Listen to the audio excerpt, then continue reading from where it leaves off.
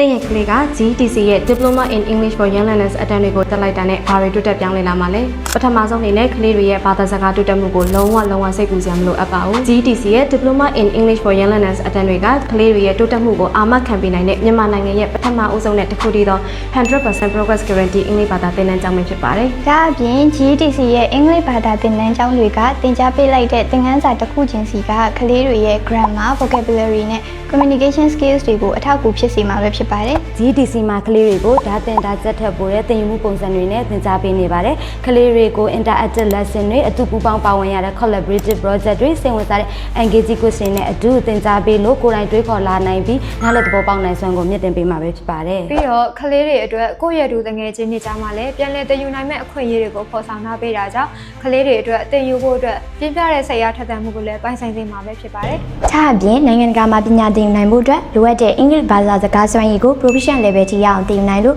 နာဂတ်အမြင်မှုအတွက်ကိုလည်းစိတ်ရရပါမယ်။ဒါအပြင်တင်နန်းကလာပြီးဆုံးသွားတဲ့အခါမှာနိုင်ငံတကာအဆင့်မီ Diploma in English for Young Learner ပို့လက်မှတ်ကိုဝင်းနေတပင်အခမ်းအနားနဲ့တကွခွင့်ဝင်ကြောစွာချီးမြှင့်မှာဖြစ်တာကြောင့်